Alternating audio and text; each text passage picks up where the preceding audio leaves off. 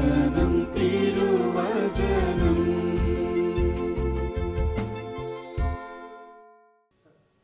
പിതാവായ ദൈവത്തിൻ്റെ സ്നേഹവും പുത്രനായ യേശുക്രിസ്തുവിൻ്റെ കൃപയും ആശ്വാസദായകനായ പരിശുദ്ധാത്മാവിൻ്റെ സംസർഗവും ശാലോം ശുശ്രൂഷകളിൽ പങ്കുചേരുന്ന നിങ്ങളുടെ കൂടെ എപ്പോഴും ഉണ്ടായിരിക്കട്ടെ. ദൈവവചനം ശ്രവിച്ച് വചനം തിരുവചന ശുശ്രൂഷയിൽ പങ്കുചേർന്ന് നമ്മുടെ ജീവിതങ്ങളെ പ്രകാശിപ്പിക്കാം. പൗലോസ് അപ്പോസ്തലൻ തിമോത്തിയോസിന് എഴുതിയ 2-ാം ലേഖനം 2-ാം അധ്യായം 3-ാം വാക്യം. യേശുക്രിസ്തുവിൻ്റെ നല്ല പടയാളിയെപ്പോലെ കഷ്ടപ്പാടുകൾ സഹിക്കുക.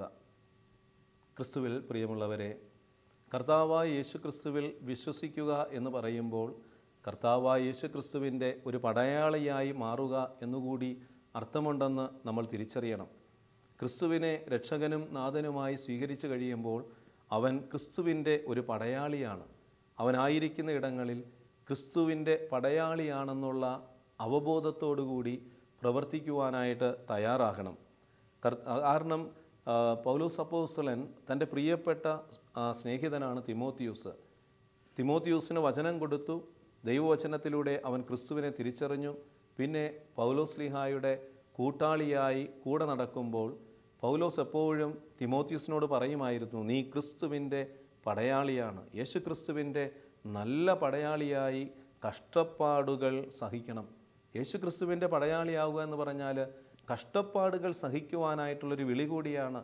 ക്രിസ്തീയ വിശ്വാസ ജീവിതം സമൃദ്ധിയുടെ ജീവിതം മാത്രമല്ല. ക്രിസ്തീയ വിശ്വാസ ജീവിതം ഈ ലോകത്തിലെ മനുഷ്യരെ പോലെ ഭൗതിക സുഖങ്ങളിലും ഭൗതിക നേട്ടങ്ങളിലും ആനന്ദിക്കുവാനുള്ള ഒരു ജീവിതമല്ല. മറിച്ച് നിത്യജീവൻ ലക്ഷ്യം വെച്ച് ഓടുവാനും പടയാളിയാണെന്നുള്ള തിരിച്ചറിവോടെ സഹനങ്ങൾ ഏറ്റെടുത്ത് ജീവിക്കുവാനുമുള്ള ഒരു വിളിയാണ് ഒരു ക്രിസ്ത്യാനിയുടെ വിളി. യേശുവിൽ വിശ്വസിക്കുന്ന ഒരാളുടെ വിളി, യേശുവിനെ രക്ഷകനും നാഥനുമായി സ്വീകരിച്ച ഒരാളുടെ വിളി എന്ന് തിരിച്ചറിയണം. അതിനാദ്യമായി ഒന്നാമത് വേണ്ടത് എന്താണ്? അത് പരിശുദ്ധാത്മാവിൻ്റെ ശക്തിയിൽ നമ്മൾ നിറയണം. ക്രിസ്തുവിൻ്റെ പടയാളിയാകണമെങ്കിൽ ക്രിസ്തുവിൽ വിശ്വസിക്കുകയും എന്നാൽ ക്രിസ്തുവിൻ്റെ പടയാളി അല്ലാതെ ജീവിക്കുകയും ചെയ്യുന്ന അനേകരെ നമുക്ക് കാണാൻ പറ്റും. യേശുവിൽ വിശ്വാസമുണ്ട്, യേശുവിൽ വിശ്വസിക്കുന്നെന്ന് പറയുമ്പോഴും ക്രിസ്തുവിൻ്റെ പടയാളിയാകാത്ത ജീവിതം നയിക്കുന്ന വിശ്വാസികളെ കാണാനായിട്ട് പറ്റും. അവരുടെയൊക്കെ അവസാനം ഈശോ പറയും, എനിക്ക് നിങ്ങളെ അറിയില്ല. കർത്താവേ കർത്താവേ എന്ന് വിളിക്കുന്നവനല്ല, മറിച്ച് ദൈവത്തിൻ്റെ ഹിതം നിറവേറ്റുന്നവനാണ്. ക്രിസ്തുവിൻ്റെ പടയാളിയാകുവാൻ വിളിക്കപ്പെട്ടിട്ട് പടയാളിയുടെ ഉത്തരവാദിത്വങ്ങൾ നിർവഹിക്കാത്ത ക്രിസ്ത്യാനിക്ക് സ്വർഗരാജ്യത്തിൽ ഇടമുണ്ടാവുകയില്ല. അപ്പോൾ ആദ്യമായിട്ട് ക്രിസ്തുവിൻ്റെ പടയാളിയായ ഒരു വിശ്വാസി ആദ്യം ചെയ്യേണ്ടത് പരിശുദ്ധാത്മാവിൽ നിറയുവാനായിട്ട് നിരന്തരം പ്രാർത്ഥിക്കണം. എഫേസൂസുകാർക്ക് എഴുതിയ ലേഖനത്തിൽ 6-ാം അധ്യായം 10 പറയില്ലേ, കർത്താവിനും അവിടുത്തെ ശക്തിയുടെ പ്രാഭവത്തിലും കരുത്തുള്ളവരാകണം. കാരണം പരിശുദ്ധാത്മാവിൻ്റെ നിറവ് ലഭിച്ചാലേ പടയാളിയുടെ ഉത്തരവാദിത്വങ്ങൾ ചെയ്യാൻ പറ്റുകയുള്ളൂ. അതുകൊണ്ടാണ് ലൂക്കയുടെ സുവിശേഷത്തിൽ 24-ാം അധ്യായത്തിൽ നമ്മൾ കാണുന്നുണ്ട്, അപ്പോസ്തലന്മാരെ അയക്കുന്നതിന് മുമ്പ് ഈശോ അവരോട് പറയുകയാണ്, നിങ്ങൾ ജെറുസലേം നഗരത്തിൽ തന്നെ വസിക്കണം. കാരണം ഉന്നതത്തിൽ നിന്നുള്ള ശക്തി ലഭിക്കുന്നത് വരെ, അത് ധരിക്കുന്നത് വരെ നിങ്ങൾ നഗരത്തിൽ തന്നെ വസിക്കുവിൻ. അവർ പിന്നെ പ്രാർത്ഥനയിലും ഉപവാസത്തിലും കൂട്ടായ്മയിലും ഒരുമിച്ച് നിന്ന് പ്രാർത്ഥിക്കുകയാണ്. അപ്പോസ്തല പ്രവർത്തനത്തിൽ നമ്മൾ കാണുന്നുണ്ട്. ക്രിസ്തുവിൻ്റെ ഉത്ഥാനത്തിന് ശേഷം ഈ സമൂഹം മുഴുവനും ഒരുമിച്ചിരുന്ന് പ്രാർത്ഥിക്കുകയാണ്. എന്തിനു വേണ്ടി? അവൻ്റെ വാഗ്ദാനമായ പരിശുദ്ധാത്മാവിൻ്റെ നിറവ് ലഭിക്കുവാൻ. ഒരു പടയാളിയായി മാറുവാനായിട്ട് ആദ്യമായി വേണ്ടത് പരിശുദ്ധാത്മാവിൻ്റെ നിറവാണ്. ആ നിറവ് ലഭിക്കണമെങ്കിൽ എല്ലാ ദിവസവും നമ്മൾ പരിശുദ്ധാത്മാവ് നിറയുവാനായിട്ട് പ്രാർത്ഥിക്കണം. യേശുവിൻ്റെ പടയാളിയാണെന്നുള്ള തിരിച്ചറിവോടെ പടയാളിക്ക് ചേർന്ന നിലപാടുകൾ എടുക്കുവാൻ ആത്മാവിൻ്റെ നിറവ് വേണം. അതുകൊണ്ട് എല്ലാ ദിവസവും നമ്മൾ വചനം വായിക്കണം, കൂദാശകളിൽ പങ്കെടുക്കണം, ദിവ്യകാരുണ്യത്തിലും വിശുദ്ധ കുമ്പസാരത്തിലുമൊക്കെ പങ്കെടുക്കുന്നത് ഈ ആത്മാവിൻ്റെ ശക്തി നിറയുവാനാണ്. രണ്ടാമത്, സാത്താൻ്റെ കുടിലതന്ത്രങ്ങളെ എതിർത്ത് നിൽക്കുവാൻ ദൈവത്തിൻ്റെ എല്ലാ ആയുധങ്ങളും ധരിക്കണം. പടയാളി ആയുധമില്ലാതെ യുദ്ധം ചെയ്യുവാനായിട്ട് പറ്റുകയില്ല. അപ്പോൾ യേശുക്രിസ്തുവിൻ്റെ നല്ല പടയാളിയാവുക എന്ന് പറയുമ്പോൾ സാത്താൻ്റെ കുടിലതന്ത്രങ്ങളെ എതിർത്ത് നിൽക്കുവാൻ ദൈവത്തിൻ്റെ എല്ലാ ആയുധങ്ങളും ധരിക്കണം. എഫേസൂസുകാർക്ക് എഴുതിയ ലേഖനം 6-ാം അധ്യായം 14 പറയുകയാണ് എന്തൊക്കെ ആയുധങ്ങളാണെന്ന്. തുടർന്നുള്ള വചനഭാഗത്ത് ശ്ലീഹ വെളിപ്പെടുത്തുന്നുണ്ട്. സത്യം കൊണ്ട് അരമുറുക്കണം പടയാളി. പടയാളി എപ്പോഴും സത്യസന്ധനായിരിക്കണം. ലോകത്തിലെ മനുഷ്യനെ പോലെ കാപഢ്യത്തിൻ്റെ അല്ലെങ്കിൽ സത്യത്തെ അസത്യമെന്നും അസത്യത്തെ സത്യമെന്നും പറയുന്ന മനുഷ്യരുടെ തരം താഴ്ന്ന അവസ്ഥയിൽ യേശുവിൽ വിശ്വസിക്കുന്ന പടയാളി തരം താഴാനായിട്ട് പാടില്ല. അപ്പോൾ അവനെപ്പോഴും സത്യം കൊണ്ട് അരമുറുക്കി ജീവിക്കണം, നീതിയുടെ കവചം ധരിക്കണം. നീതിപൂർവമായ ഒരു ജീവിതമാണ് പടയാളിക്ക് ഉണ്ടാകേണ്ടത്. പടയാളി ലക്ഷ്യം വയ്ക്കേണ്ടത് മറ്റുള്ളവരുടെ ആത്മരക്ഷയാണ്. ആത്മരക്ഷ ലക്ഷ്യം വെച്ച് ജീവിക്കുകയാണെങ്കിൽ നീതിയുള്ള ജീവിതം നയിക്കണം. നീതിയുള്ള ജീവിതം നയിക്കാത്ത വ്യക്തി മനുഷ്യൻ്റെ ആത്മരക്ഷയ്ക്ക് വില കൊടുക്കില്ല. കാരണം അവൻ ശരീരത്തിന് മാത്രം ലക്ഷ്യം വയ്ക്കും. അപ്പോൾ ആരെയും നശിപ്പിക്കാനും ആരെയും തകർക്കുവാനും അവനൊരു മടിയും കാണില്ല. എന്നാൽ ആത്മാവിൻ്റെ വില തിരിച്ചറിഞ്ഞ് ആത്മാവിൻ്റെ നിത്യരക്ഷ ലക്ഷ്യം വെച്ചുകൊണ്ട് മറ്റുള്ളവരുടെ ആത്മാക്കളുടെ രക്ഷ ലക്ഷ്യം വെച്ചുള്ള ജീവിതം നയിക്കണമെങ്കിൽ നമുക്ക് നീതിയുടെ ജീവിതം നയിക്കണം. മറ്റുള്ളവരെ തകർക്കാനും മറ്റുള്ളവരെ നശിപ്പിക്കുവാനുമുള്ള നിലപാട് പടയാളി എടുക്കാനായിട്ട് പാടില്ല. സമാധാനത്തിൻ്റെ സുവിശേഷമാകുന്ന ഒരുക്കമാകുന്ന പാദരക്ഷകൾ പടയാളി ധരിച്ചിരിക്കണം. സമാധാനത്തിൻ്റെ സുവിശേഷമാണ്. നമ്മൾ കലഹത്തിൻ്റെ അസ്വസ്ഥതയുടെ സുവിശേഷമല്ല, സമാധാനത്തിൻ്റെ സുവിശേഷമാണ് പടയാളി നൽകേണ്ടത്. ക്രിസ്തുവിൻ്റെ നല്ല പടയാളിയാവുക എന്ന് പറയുമ്പോൾ സമാധാനത്തിൻ്റെ സുവിശേഷമായിരിക്കണം എപ്പോഴും ഈ പടയാളി മറ്റുള്ളവർക്ക് പങ്കുവയ്ക്കേണ്ടത്. സർവോപരി ദുഷ്ടൻ്റെ ജ്വലിക്കുന്ന കൂരമ്പുകളെ കെടുത്തുന്നതിന് നിങ്ങളെ ശക്തരാക്കുന്ന വിശ്വാസത്തിൻ്റെ പരിച എടുക്കുവിൻ. വിശ്വാസത്തിൻ്റെ പരിച. കാരണം യേശുവിലുള്ള അടിയുറച്ചൊരു വിശ്വാസം പടയാളിക്കുണ്ടായിരിക്കണം. അതില്ലാതെ വന്നാൽ പടയാളി യേശുവിൻ്റെ പടയാളിയാകാൻ പറ്റുകയില്ല. യേശുവിൻ്റെ പടയാളിയായി യേശു ഏൽപ്പിച്ച ഉത്തരവാദിത്തങ്ങൾ, യേശു പറയുന്ന കാര്യങ്ങൾ ചെയ്യണമെങ്കിൽ നമ്മുടെ ജീവിതത്തിൽ വിശ്വാസത്തിൻ്റെ പരിചയം ഉണ്ടായിരിക്കണം. യേശു ക്രിസ്തുവിലുള്ള അടിയുറച്ചൊരു വിശ്വാസ പ്രമാണം ചൊല്ലുമ്പോഴും അത് വിശ്വസിക്കാതെ ജീവിക്കുന്ന മനുഷ്യരെ കാണാൻ പറ്റും. വിശ്വാസ പ്രമാണം ചൊല്ലിയിട്ട് പ്രതിസന്ധികൾ വരുമ്പോൾ യേശുവിൽ നിന്ന് അകന്ന വിശ്വാസ ശൈലിയിൽ ജീവിക്കുന്നവരെ കാണാൻ പറ്റും. എന്നാൽ പടയാളി ജീവിതത്തിൻ്റെ ഏത് പ്രതിസന്ധിയുടെ നടുവിലും യേശുവിലുള്ള അടിയുറച്ച വിശ്വാസത്തിൽ നിലനിൽക്കണം. എന്ത് ക്ലേശം വന്നാലും, എന്ത് തകർച്ചകൾ വന്നാലും, രോഗം വന്നാലും, ലോകം തന്നെ തള്ളിപ്പറഞ്ഞാലും, കൊല്ലാനായി കൊണ്ടു നിർത്തിയാലും യേശുവിലുള്ള വിശ്വാസത്തിൽ ഉറച്ചു നിൽക്കുന്ന ഒരു വിശ്വാസ ജീവിതം ഒരു പടയാളിയിൽ ഉണ്ടായിരിക്കണം. രക്ഷയുടെ പടത്തൊപ്പി അണിയണം. കാരണം കഴുത്തുപോയാലും നമുക്ക് നിത്യരക്ഷയാണെന്നുള്ള തിരിച്ചറിവ് ഉണ്ടാകണം. അതാണ് രക്ഷ. നിത്യരക്ഷയുടെ പടത്തൊപ്പിയാണ് നമ്മുടെ തലയിൽ അണിയേണ്ടത്. അതല്ലാതെ ലോകത്തിലെ സാമ്രാജ്യങ്ങളും ലോകത്തിലെ അധികാരങ്ങളും ലോകത്തിലെ സമ്പത്തുമല്ല നമ്മുടെ തലയുടെ ഉള്ളിൽ എടുത്തു വച്ചിരിക്കേണ്ടത്. നമ്മുടെ തലയിൽ അണിയേണ്ട പടത്തൊപ്പി എന്ന് പറയുന്നത് നിത്യരക്ഷയാണ്. നിത്യരക്ഷ ലക്ഷ്യം വെച്ച് ജീവിക്കുമ്പോൾ തലയ്ക്കകത്ത് മുഴുവനും നിത്യരക്ഷയെക്കുറിച്ചുള്ള ചിന്തയായിരിക്കണം. അപ്പോൾ നമ്മൾ യേശുവിൻ്റെ ചേർന്ന പടയാളിയായിട്ട് ജീവിക്കാനായിട്ട് പറ്റും. ദൈവവചനമാകുന്ന ആത്മാവിൻ്റെ വാളുണ്ടായിരിക്കണം. തിന്മയെ അരിഞ്ഞു വീഴ്ത്തുവാനായിട്ട് നമ്മൾ വചനമാണ് ഉപയോഗിക്കേണ്ടത്. അതല്ലാതെ മാനുഷിക ശക്തിയല്ല, ലോകത്തിലെ തിന്മ നിറഞ്ഞ വാക്കുകളല്ല, വെറുപ്പിൻ്റെ, വൈരാഗ്യത്തിൻ്റെ, സ്പർദ്ധയുടെ, നശീകരണത്തിൻ്റെ വാക്കുകളല്ല, മറിച്ച് സ്നേഹത്തിൻ്റെ, സമാധാനത്തിൻ്റെ, ആത്മരക്ഷ നൽകുന്ന വാളായ വചനമാണ് എടുക്കേണ്ടത്. തിന്മയെ നന്മ കൊണ്ട് നേരിടുന്ന വാളാണ് വചനം. കാരണം ശത്രുവിനോട് ക്ഷമിച്ചുകൊണ്ട് അവൻ്റെ തിന്മയെ തകർക്കുന്ന വാളാണ് ദൈവവചനം. അപ്പോൾ നമ്മൾ എടുക്കേണ്ട വാള് ദൈവവചനമാണ്. ഒരു ജീവിതത്തിൽ നിലപാടുകൾ എടുക്കുമ്പോൾ, പ്രതിസന്ധികളുണ്ടാകുമ്പോൾ നമ്മൾ എടുക്കുന്ന നിലപാടുകളിൽ ഈ വചനമാകുന്ന വാളുണ്ടായിരിക്കണം. മൂന്നാമത്, പടയാളി തന്നെ സൈന്യത്തിൽ ചേർത്ത ആളിൻ്റെ ഇഷ്ടം നിറവേറ്റാനുള്ളതിനാൽ മറ്റ് കാര്യങ്ങളിൽ തലയിടാറില്ല. പടയാളി തന്നെ സൈന്യത്തിൽ ചേർത്ത ആളിൻ്റെ ഇഷ്ടം നിറവേറ്റാനുള്ളതിനാൽ മറ്റ് കാര്യങ്ങളിൽ തലയിടാറില്ല. തിമോത്തിയോസിൻ്റെ 2-ാം ലേഖനം 2-ാം അധ്യായം 4-ാം തിരുവചനം. അപ്പോൾ യേശുക്രിസ്തുവിൽ വിശ്വസിച്ച് രക്ഷാകരമായ ഒരു ജീവിതം നയിക്കാൻ തീരുമാനമെടുത്താൽ, ലോകത്തിലെ എല്ലാ കാര്യങ്ങളിലും ചെന്ന് ഇടപെട്ട് കഴിഞ്ഞാൽ, ലോകത്തിലെ കാര്യങ്ങളിൽ കൂടുതൽ മുഴുകിപ്പോയാൽ നമുക്ക് യഥാർത്ഥത്തിൽ ആ പടയാളിക്ക് ചേർന്ന് ജീവിതം നയിക്കാൻ പറ്റുകയില്ല.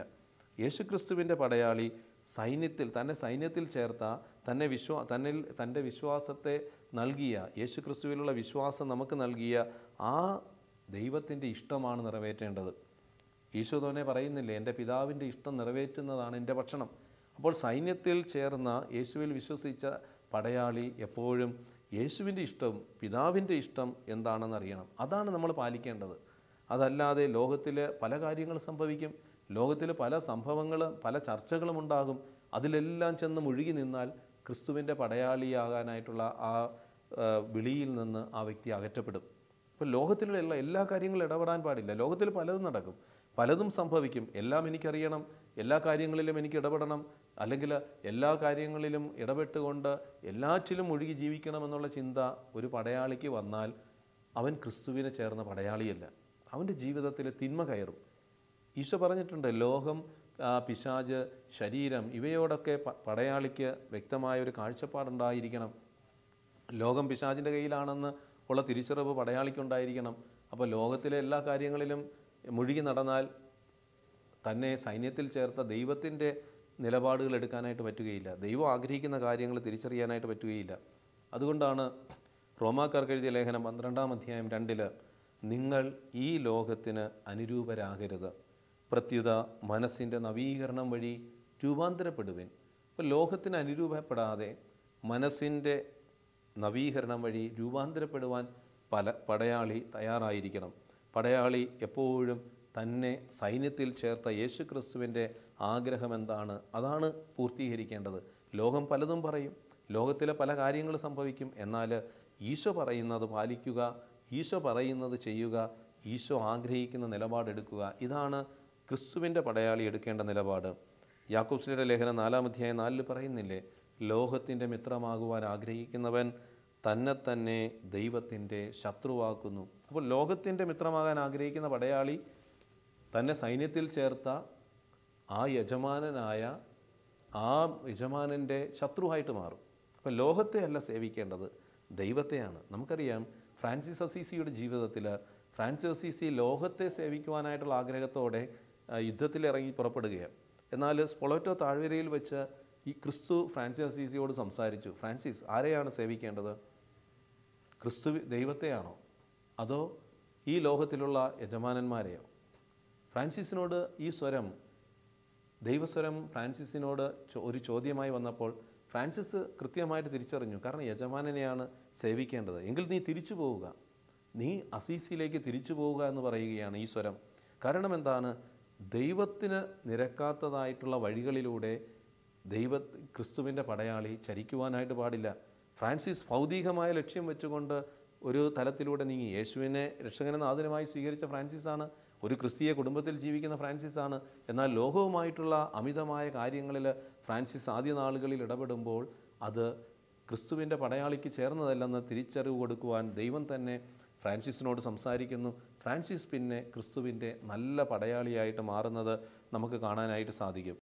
4ാമത് തിരിച്ചറിയേണ്ടത് ക്രിസ്തുവിൻ്റെ നല്ല പടയാളിയാവുക, കഷ്ടപ്പാടുകൾ സഹിക്കുക എന്ന് വചനം നമ്മളെ പഠിപ്പിക്കുമ്പോൾ 4ാമത്തെ കാര്യം, ഓരോ പടയാളിയും നിരവധിയായ കഷ്ടപ്പാടുകളിലൂടെ കടന്നു പോകേണ്ടി വരുമെന്ന് കൂടി തിരിച്ചറിയണം. യേശുവിനെ രക്ഷകനും നാഥനുമായി സ്വീകരിച്ചു കഴിഞ്ഞാൽ യേശുവിൻ്റെ പടയാളിയായിട്ട് ജീവിക്കാൻ തുടങ്ങുമ്പോൾ ഒത്തിരിയേറെ പ്രയാസങ്ങളും കഷ്ടപ്പാടുകളും സഹനങ്ങളും ഒക്കെ ഏറ്റെടുക്കേണ്ടതായിട്ട് വരും. നമുക്കറിയാം, പട്ടാള ക്യാമ്പുകളിൽ സൈന്യസേവനത്തിന് പ്രവേശിക്കുന്നവർ അവർ ബാരക്കുകളിൽ താമസിക്കാനും അതുപോലെ തന്നെ പുലർച്ചെ എഴുന്നേൽക്കണം, പരിശീലനങ്ങളിൽ ഏർപ്പെടണം. മഴയും മഞ്ഞും ചൂടും തണുപ്പും വകവയ്ക്കാതെ അവർ എല്ലാം കാടും അതുപോലെ തന്നെ പുഴയും ഇതെല്ലാം കടന്ന് ശത്രുവിനോട് ഏറ്റുമുട്ടുവാനായിട്ടുള്ള പരിശീലനത്തിൽ അവർ ഏർപ്പെടുന്നത് കാണാനായിട്ട് പറ്റും. നമുക്കറിയാം, ഒരു ചെറിയ ഡിഫൻസിൽ പ്രവർത്തിക്കുന്ന സൈനിക സേവനം നടത്തുവാനായിട്ട് എത്രമാത്രം പരിശീലനങ്ങളിലൂടെയാണ് ഒരു വ്യക്തി കടന്നു പോകുന്നത്. ഒരു പട്ടാള ക്യാമ്പിൽ അല്ലെങ്കിൽ രാജ്യസുരക്ഷയ്ക്ക് വേണ്ടി ചേരുന്ന സൈനികൻ അവൻ എത്രമാത്രം പരിശീലനങ്ങളിലൂടെയാണ്, നിരവധിയായ കഷ്ടപ്പാടുകൾ നിറഞ്ഞ പരിശീലനങ്ങളിലൂടെ കടന്നു പോകേണ്ടതായിട്ട് വരുന്നുണ്ട്. ഇതുപോലെയാണ് യേശു ക്രിസ്തുവിനെ രക്ഷകനും നാഥനുമായി സ്വീകരിച്ചു കഴിഞ്ഞാൽ ഞാനൊരു ക്രിസ്തുവിൻ്റെ പടയാളിയാണ്. അപ്പോൾ ഞാനും എൻ്റെ ജീവിതത്തിൽ ചില പരിശീലനങ്ങളിലൂടെ കടന്നു പോകാനായിട്ടുള്ള വിളിയുണ്ടെന്ന് തിരിച്ചറിയണം. പ്രവാചകൻ്റെ പുസ്തകത്തിൽ 2-ാം അധ്യായം 1 മുതൽ 5 വരെയുള്ള വചനഭാഗം, എൻ്റെ മകനെ, നീ കർത്തൃ ശുശ്രൂഷയ്ക്ക് ഒരുമ്പിടുന്നുവെങ്കിൽ പ്രലോഭനങ്ങളെ നേരിടുവാൻ ഒരുങ്ങിയിരിക്കുക. നിൻ്റെ ഹൃദയം അവിക്രമവും അചഞ്ചലവുമായിരിക്കട്ടെ. അവിടത്തോട് വിട്ടകലാതെ ചേർന്ന് നിൽക്കുക. നിൻ്റെ അന്ത്യദിനങ്ങൾ ധന്യമായിരിക്കും. വരുന്ന ദുരിതങ്ങളെല്ലാം സ്വീകരിക്കുക. ഞെരുക്കുന്ന ദൗർഭാഗ്യങ്ങളിൽ ശാന്തത കൈവെടിയരുത്. എന്തെന്നാൽ സ്വർണം അഗ്നിയിൽ ശുദ്ധി ചെയ്യപ്പെടുന്നു, സഹനത്തിൻ്റെ ചൂളയിൽ കർത്താവിന് സ്വീകാര്യരായ മനുഷ്യരും. സഹനത്തിൻ്റെ ചൂളയിൽ കർത്താവിന് സ്വീകാര്യരായ മനുഷ്യരും. ക്രിസ്തുവിൻ്റെ നല്ല പടയാളിയാവുക എന്ന് പറയുമ്പോൾ പരീക്ഷണങ്ങളിലൂടെയുള്ള ഒരു ജീവിതം ഒരു ക്രിസ്ത്യാനിയുടെ ജീവിതത്തിലുണ്ടെന്ന് തിരിച്ചറിയണം. അപ്രതീക്ഷിതമായ പരീക്ഷണങ്ങളുണ്ടാകുമ്പോൾ, സഹനങ്ങളിലൂടെ കടന്നു പോകേണ്ടി വരുമ്പോൾ, പ്രതിസന്ധികളിലൂടെ വിശ്വാസ ജീവിതം നയിക്കേണ്ടി വരുമ്പോൾ, ഞാൻ ക്രിസ്തുവിൻ്റെ പടയാളി ആയതുകൊണ്ട് ഞാൻ ഇതിലൂടെയൊക്കെ കടന്നുപോയേ മതിയാകൂ എന്ന് തിരിച്ചറിഞ്ഞുകൊണ്ട് അത് ശാന്തതയോടെ, അത് അവയുടെ മറുതലിക്കാതെ അതിനെ സ്വീകരിക്കുവാനായിട്ടുള്ള നിലപാടുണ്ടാകണം. യേശുക്രിസ്തു തന്നെ തന്നിൽ വിശ്വസിക്കുകയും തന്നെ അനുഗമിക്കുവാൻ ആഗ്രഹിക്കുകയും ചെയ്യുന്നവരോട് ഈശോ തന്നെ പറയുന്നുണ്ട്, എന്നെ അനുഗമിക്കുവാൻ ആഗ്രഹിക്കുന്നവൻ സ്വയം പരിത്യജിച്ച് അവൻ്റെ അനുദിന ജീവിതത്തിലെ കുരിശുകളും എടുത്തുകൊണ്ട് എന്നെ അനുഗമിക്കട്ടെ. അതുപോലെ തന്നെ യേശുവിൽ ഒരു നാൾ വിശ്വസിച്ച് കടന്നു വന്നിട്ട് ചെറിയ സഹനങ്ങളുണ്ടാകുമ്പോൾ പിന്തിരിഞ്ഞു പോകാനായിട്ട് പാടില്ല. അത് ശരിയായ പടയാളിയല്ല. കലപ്പയിൽ കൈവച്ചിട്ട് പിന്തിരിഞ്ഞു നോക്കുന്നവൻ എനിക്ക് യോഗ്യനല്ല എന്ന് ക്രിസ്തു പറയുമ്പോൾ, യേശു ക്രിസ്തുവിൻ്റെ നല്ല പടയാളി അവൻ യേശുവിൽ വിശ്വസിച്ച് ഒരു വിശ്വാസ ജീവിതം നയിക്കുവാൻ മുന്നോട്ട് ഇറങ്ങിപ്പുറപ്പെട്ടിട്ടുണ്ടെങ്കിൽ അത് ലക്ഷ്യം വെച്ചുകൊണ്ട് മുന്നോട്ട് തന്നെ നീങ്ങണം. പൗലോസ്ലിയ പറയുന്നില്ലേ, ഞാൻ പിന്നിലുള്ളതിനെല്ലാം വിസ്മരിച്ചിട്ട്, പിന്നിലൊത്തിരി നഷ്ടങ്ങളാകാം, പിന്നിലൊത്തിരി പ്രയാസങ്ങളും ദുരിതങ്ങളും ഉണ്ടാകാം, പിന്നിലെപ്പോഴും നിരാശയുടെ അനുഭവങ്ങളുണ്ടാകാം, എന്നാൽ അതിനെല്ലാം വിസ്മരിച്ചിട്ട് ഞാൻ മുന്നിലുള്ള ക്രിസ്തുവിനെ നോക്കി ഓടുന്നു. മുന്നിലുള്ള ക്രിസ്തുവിനെ നോക്കി നല്ല യുദ്ധം ചെയ്യുവാനായിട്ട് തയ്യാറാകണം ക്രിസ്തുവിൻ്റെ പടയാളി. അതുകൊണ്ടാണ് സങ്കീർത്തനം 119:71 പറയുക, ദുരിതങ്ങൾ എനിക്ക് ഉപകാരമായി, തന്മൂലം അങ്ങയുടെ ചട്ടങ്ങൾ ഞാൻ അഭ്യസിച്ചുവല്ലോ. ദുരിതങ്ങൾ എനിക്ക് ഉപകാരമായി, തന്മൂലം അങ്ങയുടെ ചട്ടങ്ങൾ ഞാൻ അഭ്യസിച്ചല്ലോ. അപ്പോൾ പരിശീലനത്തിലൂടെ കടന്നു പോകുമ്പോൾ ദൈവത്തിൻ്റെ ചട്ടങ്ങൾ പരിശീലിക്കുവാൻ, അഭ്യസിക്കുവാനായിട്ട് ദൈവം അനുവദിക്കുന്നതാണ് സഹനങ്ങളെന്നുകൂടി നമ്മൾ തിരിച്ചറിയണം. അഞ്ചാമത് ക്രിസ്തുവിൻ്റെ നല്ല പടയാളിയാവുക എന്ന് പറയുമ്പോൾ, അഞ്ചാമത് പടയാളിക്ക് പ്രത്യാശയും ആത്മധൈര്യവും ഉണ്ടായിരിക്കണം. ഒരു പടയാളി അവൻ്റെ ജീവിതത്തിൽ എപ്പോഴും നിലനിർത്തേണ്ടതാണ് പ്രത്യാശയും ആത്മധൈര്യവും. യേശയ്യാ പ്രവാചകൻ്റെ പുസ്തകം 43-1 ഭയപ്പെടേണ്ട, ഞാൻ നിന്നോട് കൂടെയുണ്ട് എന്ന് പറയുന്ന ഒരു ദൈവം, തന്നെ സൈന്യത്തിൽ ചേർത്ത ദൈവം കൂടെയുണ്ടെന്ന് ഈ സൈന്യാധിപൻ തിരിച്ചറിയണം. സൈന്യ സേവനത്തിൽ ഇറങ്ങിപ്പുറപ്പെട്ട വ്യക്തി തിരിച്ചറിയണം. ഒരു സൈനികൻ തിരിച്ചറിയേണ്ടതാണ്. കാരണം അവനെ വിളിച്ച യജമാനൻ ദൈവം എപ്പോഴും അവൻ്റെ കൂടെയുണ്ട്, ഭയപ്പെടേണ്ട എന്ന് പറഞ്ഞുകൊണ്ട്. യെശയ്യാ പ്രവാചകൻ്റെ പുസ്തകം 52:12, നിങ്ങൾ തിടുക്കം കൂട്ടേണ്ട, വേഗത്തിൽ ഓടുകയും വേണ്ട, കർത്താവ് നിങ്ങളുടെ മുമ്പിൽ നടക്കും, ഇസ്രായേലിൻ്റെ ദൈവമായിരിക്കും നിങ്ങളുടെ പിൻകാവൽക്കാരൻ.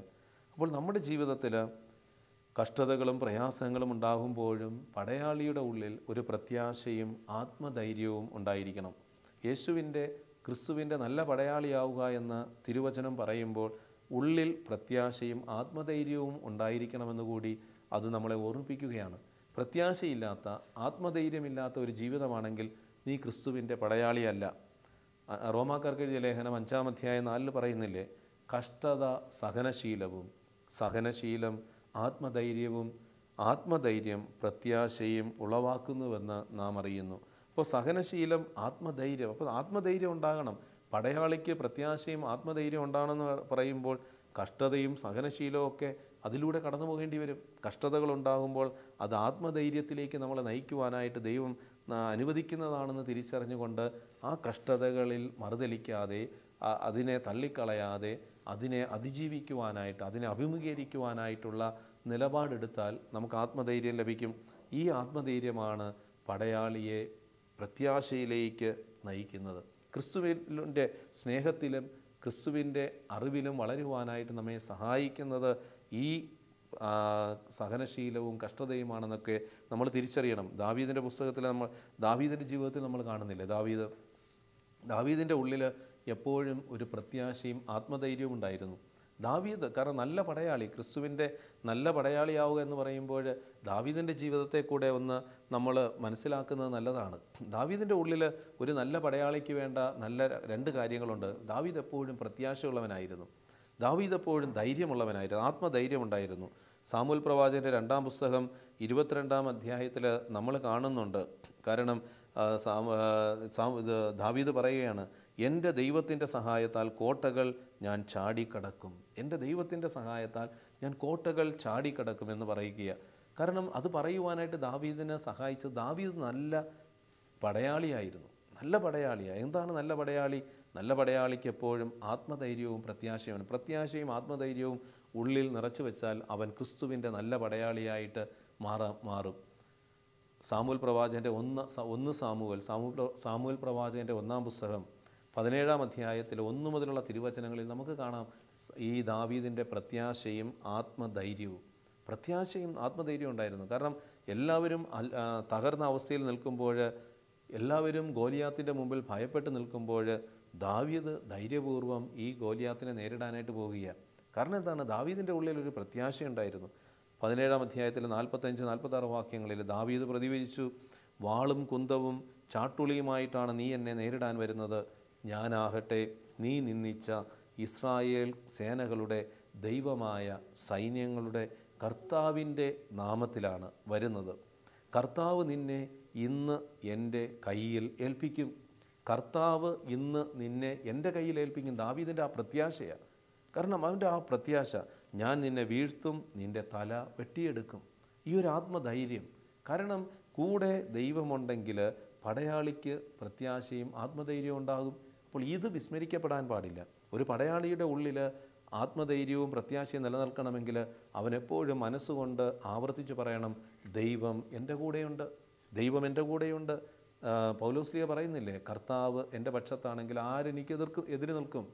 ദൈവം എൻ്റെ കൂടെയുണ്ട്. ദൈവത്തോട് കൂടെ നിൽക്കണം പടയാളി.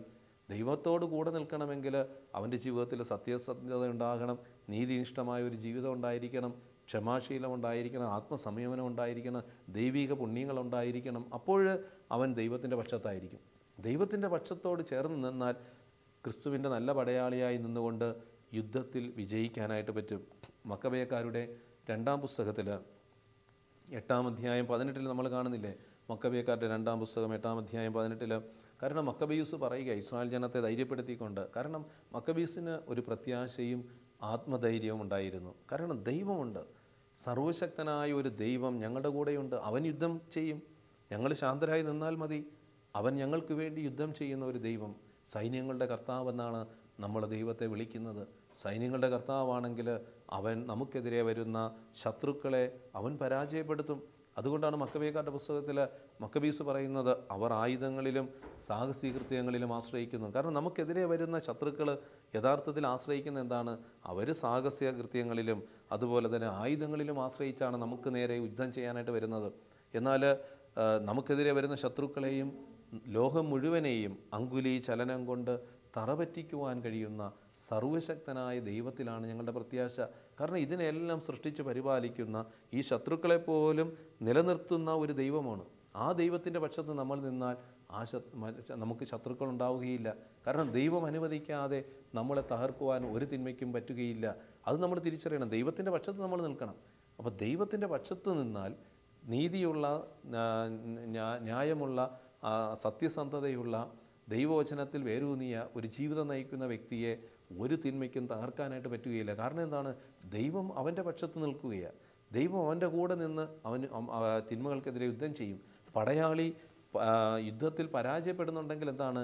അവൻ ഒന്നുകിൽ യജമാനൻ്റെ ഇഷ്ടം മറന്ന ജീവിതമായിരിക്കും, യജമാനൻ്റെ മനസ്സറിയാത്ത ജീവിതമായിരിക്കും, യജമാനനോട് ആലോചന ചോദിക്കാതെ അല്ലെങ്കിൽ യജമാനൻ പറയുന്ന നിർദ്ദേശങ്ങൾ പാലിക്കാതെ ജീവിച്ചാൽ ആ പടയാളി യുദ്ധത്തിൽ പരാജയപ്പെടും.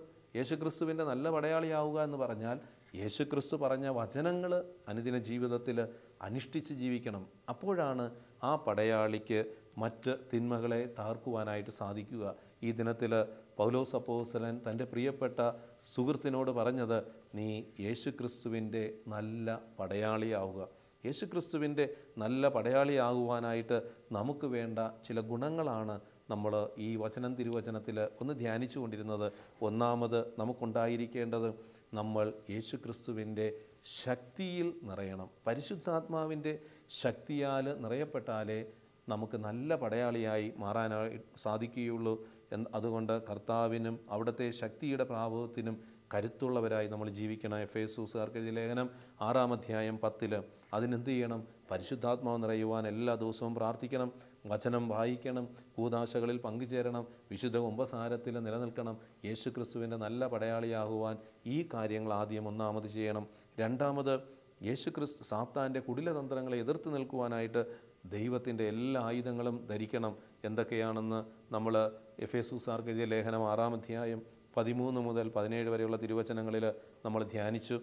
മൂന്നാമത് പടയാളി തന്നെ സൈന്യത്തിൽ ചേർത്ത ആളിൻ്റെ ഇഷ്ടം നിറവേറ്റാനായിട്ടുള്ളതിനാൽ മറ്റ് കാര്യങ്ങളിലൊന്നും കൂടുതൽ ഇടപെടാതിരിക്കുക.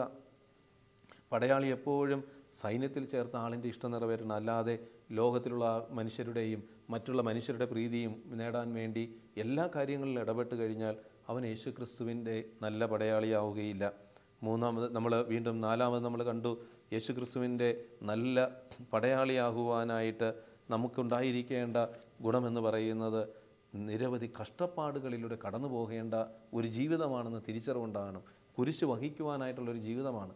കഷ്ടപ്പാടുകൾ സന്തോഷത്തോടെ ഏറ്റെടുക്കണം. സുഖിച്ച് ജീവിക്കാനുള്ളതല്ല ഒരു പടയാളിയുടെ ജീവിതം.